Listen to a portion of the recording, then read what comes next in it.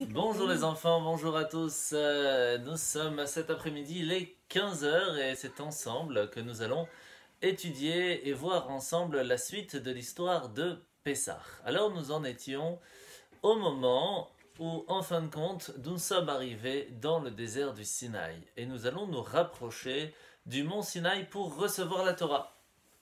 Et là, c'est là que va commencer l'histoire de Yitro. La paracha même s'appelle Yitro. Qui est Yitro? Yitro, en fait, c'est tout simplement le beau-père de Moshe, ce qui veut dire le père de la femme de Moshe. Moshe s'est marié avec une femme qui s'appelait Tzipora, et le père de Tzipora, c'est Yitro. Mais Yitro, au début, n'était pas quelqu'un qui faisait attention à Dieu. Il avait testé, il avait essayé toutes les idoles possibles et inimaginables dans le monde. Et pourtant, Moshe va se marier avec sa fille, parce qu'à un certain moment dans l'histoire, il va comprendre que toutes ces idoles, ce ne sont que des bêtises. Se prosterner devant des statues, ça ne veut rien dire. Et c'est à ce moment-là que Yitro va changer d'attitude, et il va même dire aux autres d'arrêter leurs bêtises. Sauf que les gens étaient tellement ancrés dans cette vie de statue où tout le monde se prosterne devant le soleil, devant la lune, etc., que malheureusement, eh bien, ils vont carrément le bannir. Et c'est pour cela que lorsque Moshe va arriver à Midian, il y a quelques temps, comme on en a déjà parlé, avant les 10 plaies, avant l'ouverture de la mer Rouge, etc., eh bien, c'est les filles de Yitro qui vont s'occuper du troupeau. Parce que personne ne voulait travailler pour lui. Mais à ce moment-là, alors que le peuple d'Israël est sorti d'Égypte, qu'il y a eu l'ouverture de la mer Rouge, qu'il y a eu même la guerre contre Amalek, c'est là que Yitro va entendre parler de tout ça. Et c'est là que va commencer l'histoire du début où on va recevoir la Torah. Alors comment ça va se passer? En premier lieu, on va raconter une petite histoire. Il y avait une personne qui était sur un toit, et on sait que quand on va sur un toit c'est très dangereux, et il est tombé, ouais, il s'est fait très mal. Et donc il est parti à l'hôpital. Et à l'hôpital, ils ont demandé à un docteur du cerveau de réparer. Ils ont demandé à un docteur de la main pour réparer la main et le bras, à un autre docteur pour le pied, un autre docteur pour le ventre. Et après que tous les docteurs se sont occupés, c'est comme ça qu'il a guéri. En fait, il faut savoir que chaque fois qu'on fait une bonne action, on fait une bonne chose, eh bien on reçoit quelque chose de bien. Mais chaque fois qu'on fait une bêtise, on est en train de faire, on reçoit, on se fait du mal. Et des fois on se fait du mal avec la main, des fois avec le pied, des fois avec le nez, des fois avec les yeux, des fois avec la bouche, des fois avec l'oreille. Comment on peut réparer tout ça, toutes les bêtises que l'on a fait, avec une seule chose? C'est là que va venir intéressant. Parce que Hachem nous dit, sache que tout vient de la Torah. Si tu étudies la Torah, que tu écoutes ce que Hachem te dit, si tu écoutes ce que Dieu te demande, tu peux tout réparer d'un coup. Toutes les bêtises que tu as faites, quelle que soit la bêtise, Dieu te pardonnera. C'est super. Et pour ça, il suffit d'étudier la Torah. Et c'est pour cela que Yitro, lorsqu'il va entendre que Hachem nous a sauvés de l'Égypte, qu'il a ouvert la mer Rouge, qu'il s'est même battu contre Amalek, et il a gagné en plus, on a gagné. Et il faut savoir que Midian n'était pas très loin de Amalek, et donc c'était des pays alliés, c'est-à-dire qu'ils s'entraidaient tous les deux. À ce moment-là, Yitro va recevoir le fait de comprendre que oui, c'est bien Hachem qui gère le monde. À ce moment-là, quelque chose d'assez extraordinaire va arriver. Il va prendre avec lui Tzipora, sa fille, et ses deux petits-fils, Gershon et Eliezer, qui étaient restés avec lui à Midian. Parce qu'il faut savoir que Moshe, lorsqu'il est parti la première fois avec sa femme et ses enfants, il est reparti à Midian et il les a laissés là-bas. Ce qui fait que, eh ben, ils n'ont pas vécu la sortie d'Égypte. Et non, Gershon et Eliezer n'ont pas vécu la sortie d'Égypte. Et c'est comme ça que l'année prochaine, quand on apprendra plus tard, eh bien, après Pessah, Moshe va leur expliquer ce qui s'est passé, puisqu'ils n'ont pas vécu. C'est la première fois que la Haggadah va être racontée. Alors, alors, à ce moment-là, Yitro va arriver devant comment on appelle ça? Devant le campement du peuple d'Israël. Mais ils étaient autour de nuées. Il y avait plein de nuages. Et ils étaient protégés par ces nuages. Et c'est à ce moment-là que Yitro va essayer de faire passer un message. Mais c'est pas possible. Tout était complètement bloqué. Alors quoi faire? Alors il s'est dit, je vais envoyer une flèche avec un message, peut-être elle passera. Sauf que les nuages étaient faits pour protéger que les flèches des ennemis ne puissent pas rentrer, ne puissent pas faire de mal au peuple juif. Mais cette flèche-là, étant donné qu'elle était envoyée avec une autre intention, eh bien elle est passée et elle est arrivée jusqu'à Moshe. Moshe ouvre le message, il voit, il entend que son beau-père, sa femme et ses enfants sont là, il sort l'accueillir et le fait rentrer dans le campement d'Israël. Et là, il va lui préparer un super bon repas. Tous les anciens, les sages, les plus grands, les ministres, les princes, tout le monde va être assis à table, sauf une personne. Qui ça? Moshe. Pourquoi? Qu'est-ce qu'il faisait? Il s'occupait de servir son beau-père. C'est lui qui s'occupait de lui amener à manger. De là, on apprend une chose très importante. C'est que c'est important d'honorer ses parents, de les respecter, de leur servir à manger, de s'occuper d'eux, de leur demander s'ils ont besoin de quelque chose, d'un verre d'eau ou autre. Mais même ses beaux-parents, qui sont les parents de sa femme ou de son mari, on doit aussi leur donner de l'honneur et du respect. C'est là que, en fin de compte, il va lui montrer ce qu'est la manne, manger la manne, c'est assez extraordinaire. Il va lui donner à boire du puits de Myriam. Il va se rendre compte comment est-ce que le peuple d'Israël reçoit tellement de bénédictions du peuple de Akadosh Baruch Hu, de Dieu, que lui aussi, Yitro, après avoir entendu toute l'histoire de la sortie d'Égypte, l'ouverture de la mer Rouge et les 10 plaies, etc., qu'il va dire Baruch Hashem, béni soit Dieu, que tu es toi celui qui gère le monde et que tu as sauvé le peuple juif de l'Égypte. À ce moment-là, il va dire j'ai étudié toutes les religions du monde. J'ai vu tout, j'ai tout essayé. Et pourtant, j'ai vu que tout ça, ce n'était que des bêtises. Alors, Yitro était tellement impressionné de tout cela qu'il va dire à voix haute, à présent, je sais que c'est Hachem qui est le plus grand des plus grands de tous les autres pouvoirs et je voudrais moi aussi maintenant devenir juif. Toutes les nations du monde vont l'entendre et tout le monde le connaissait puisqu'il c'était le grand prêtre, il avait déjà tout essayé, tout le monde le connaissait. Et tout le monde va entendre que ce qu'il faisait était que des bêtises et beaucoup vont revenir à la raison et vont arrêter de se prosterner devant des statues. À ce moment-là,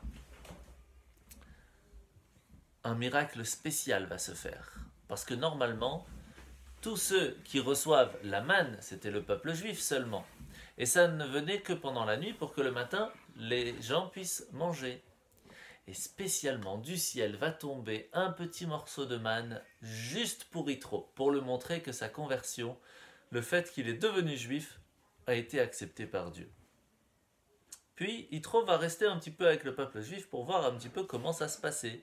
Il se rend compte que c'était très très intelligent comment ils posaient leur tente, comment ils s'occupaient, etc. Et qu'ils étaient occupés à étudier la Torah tout le temps, d'accomplir des mitzvot, de faire Avat Israël, de s'entraider, etc.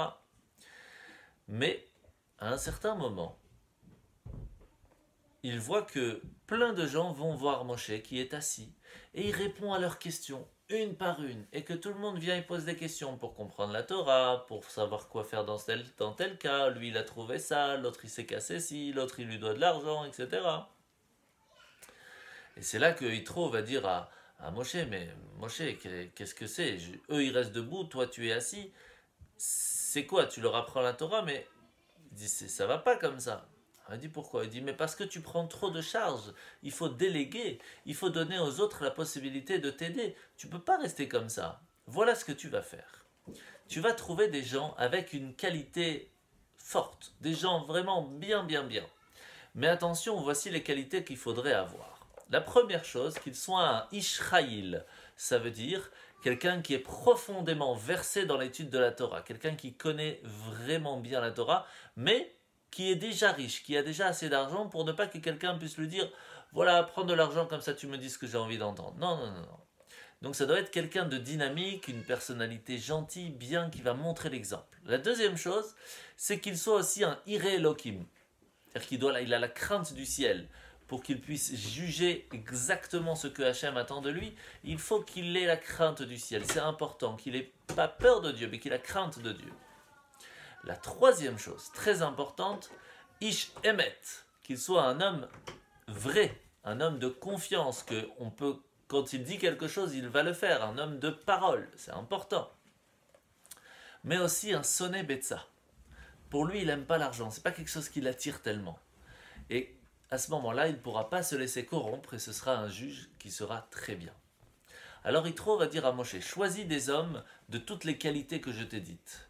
Tu vas aller leur apprendre la Torah vraiment tout ce que tu peux. Et après, eux vont juger les autres. Donc il y a 600 000 hommes. Alors voilà ce que tu vas faire. Tu vas prendre 600 juges qui vont s'occuper d'un millier, 6000 juges qui vont s'occuper d'une centaine, etc. Pour qu'il y ait des petits juges quand on a des petites questions, des plus grands rabbins s'il y a des plus grandes questions, des beaucoup plus grands rabbins s'il y a encore des super questions. Et si vraiment on ne trouve pas la réponse et que personne ne sait quoi faire, alors on vient te voir. Mais au moins tu auras beaucoup moins de charges, tu pourras t'occuper de faire autre chose, parce que là c'est pas possible. Et c'est à ce moment-là que Moshe va se rendre compte que ce conseil était très intéressant. Et il va dire oui, tu as raison. Même si lui-même n'avait pas eu cette idée, on se rend compte qu'avoir l'humilité de dire ok, c'est une bonne idée, je vais écouter, c'est pas grave si je n'avais pas eu moi-même l'idée, chacun peut avoir de bonnes idées. La preuve, Yitro il a une bonne idée, je vais l'écouter. Et c'est comme ça que Yitro, qui avant s'appelait Yeter, va être rajouté un Vav, qui va lui faire Yitro. Et plus que ça, toute la paracha du mont Sinaï où on a reçu la Torah s'appelle parachat Yitro, alors qu'il n'était pas juif, il s'est converti. Par quel mérite? Par tout cela. Le fait de savoir qu'en fait, on est tous un petit peu convertis parce que on a reçu la Torah avant, on n'était pas juif, donc on est devenu juif. Et puis Yitro, c'est le premier vraiment qui est venu, qui a dit, moi je crois en la Torah et je veux être juif. Et donc chaque fois que on a quelqu'un qui va mériter de devenir quelqu'un digne de louange, quelqu'un de bien, on va lui rajouter une lettre dans son nom. Et c'est ainsi que Yeter va devenir Yitro, ou Oshéa va devenir Yehoshua, qui va prendre la place de Moshe plus tard, ou par exemple Avram et Sarai, qui va s'appeler Avraham et Sarah. Mais par contre, quand quelqu'un il fait des bêtises graves, alors il peut perdre une lettre dans son nom, comme par exemple Ephron, qui au début faisait semblant, ouais, je vais te donner la grotte de Marpella gratuitement, Abraham, t'as pas besoin de me payer, mais en fait tu l'as fait payer énormément d'argent. Hachem n'a pas du tout aimé sa façon d'agir. Et donc, qu'est-ce qu'il va faire? Il va lui enlever le Vav. Ou Yonadav, qui en fin de compte a fait des bêtises, va donner de mauvais conseils, et va s'appeler Yonadav. Il faut savoir que Yitro avait en fait 7 noms. Il s'appelait Yeter, son nom d'origine lorsqu'il n'était pas juif, Yitro, le nom qu'il a pris lorsqu'il s'est converti au judaïsme, Chovav, parce qu'il aimait la Torah, Chaver, parce que c'était le compagnon d'Hachem, Reuel, parce qu'il était l'aimé d'Hachem et l'aimé du Klal Israël. On l'appelait aussi Poutiel, parce qu'il avait relâché, jeté l'idolâtrie, se prosterner devant des statues, il a dit non. Et Kaini, parce qu'il était zélé, il était canaille, il courait pour faire la Torah. Pendant près d'1 an, Yitro va vivre avec le peuple d'Israël, tant qu'ils vont recevoir la Torah, qu'ils vont rester au mont Sinaï, etc. Mais après, il va vouloir repartir chez sa famille, et c'est comme ça que Moshe va le raccompagner avec de grands honneurs et de grands cadeaux, et c'est ainsi que va se faire l'histoire de Yitro. Passons maintenant alors à comment est-ce qu'on va recevoir la Torah. Pour préparer la Torah, on a tout commencé depuis Rosh Chodesh Sivan. Donc c'est pendant le Homer, d'accord? Puisqu'on est resté en tout 50 jours, 49 jours entre le moment où on est sorti d'Égypte jusqu'au don de la Torah. 6 jours avant le jour où on a reçu la Torah, c'était le premier jour du mois de Sivan. Et c'était un dimanche. Les Bnei Israël arrivent dans le désert de Chorev, dans le désert du Sinaï. Il faut savoir que le Sinaï a 5 noms dans la Torah. Alors on l'appelle le Sinaï, pourquoi? Parce que il y avait le buisson. Vous vous rappelez le buisson qui a brûlé mais qui ne se consumait pas? En hébreu, ça s'appelle un sné.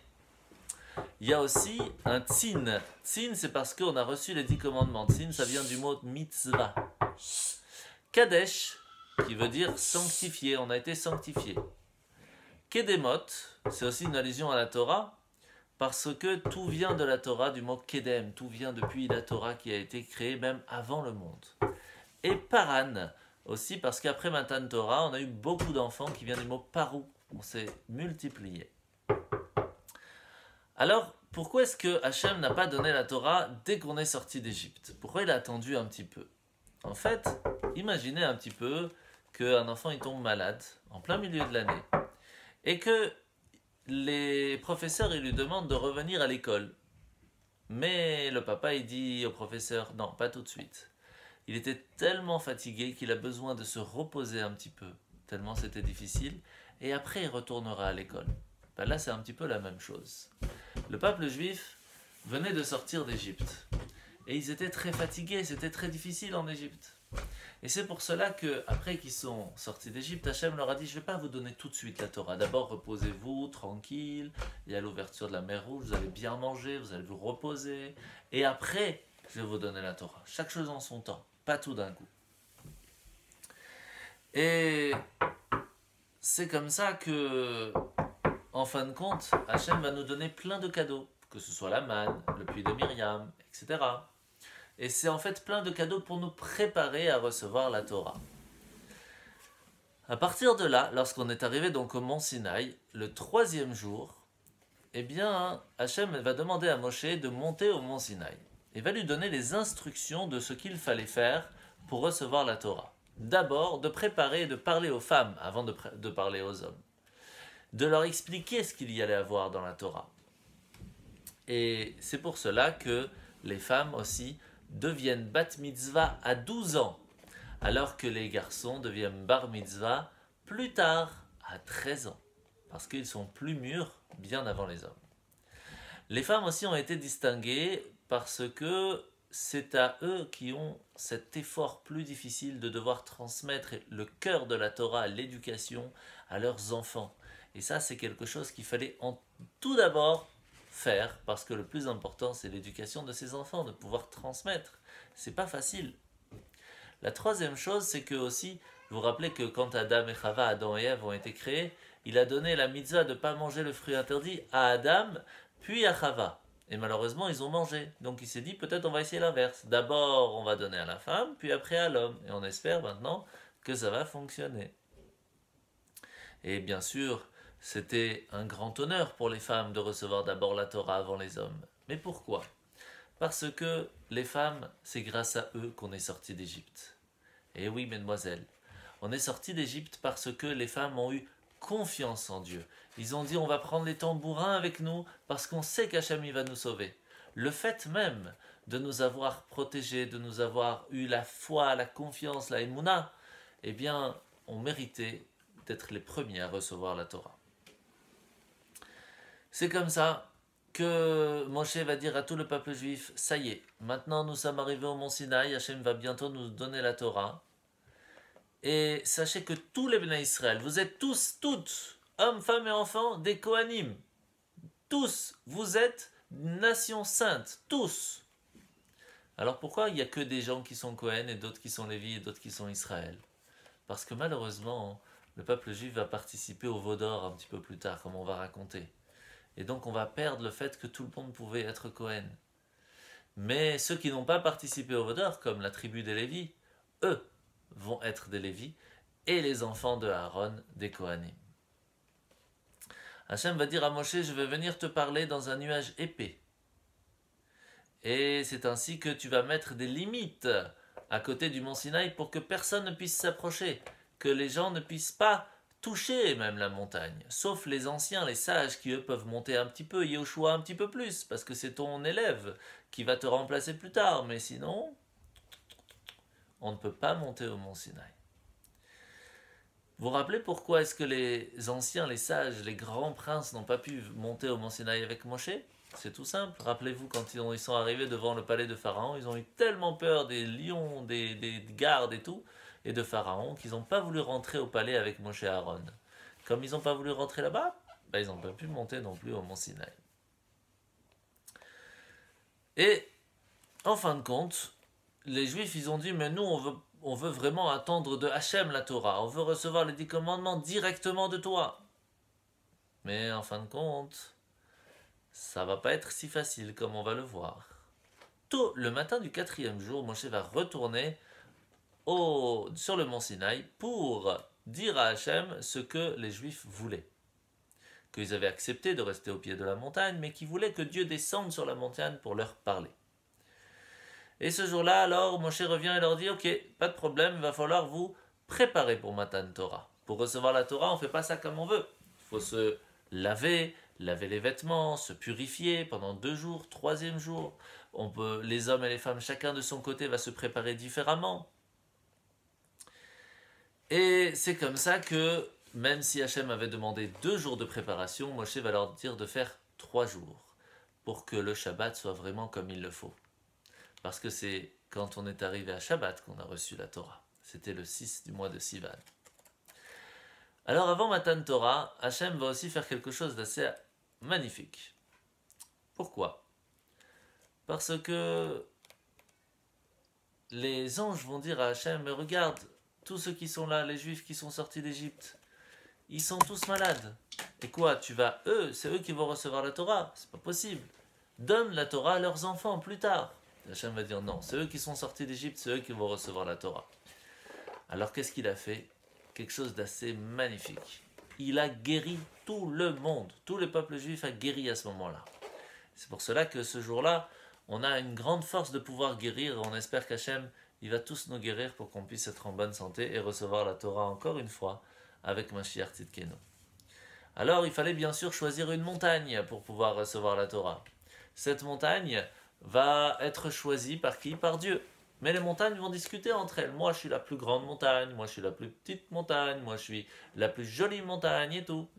Jusqu'à que Hachem va voir que le mont Sinaï lui dit rien. Il dit, moi, je suis petit, je suis pas très grand, je suis pas très joli, j'ai pas besoin de parler. Alors Hachem va dire, puisque toi, tu n'as pas besoin de parler, tu dis rien, tu es humble, tu es modeste, tu n'es pas orgueilleuse, eh bien, moi, j'aime les gens comme ça. Alors c'est toi, le mont Sinaï, qui va être choisi pour recevoir la Torah. Alors comment ça va se passer? Eh bien vous savez quoi? Bientôt vous le saurez. À bientôt.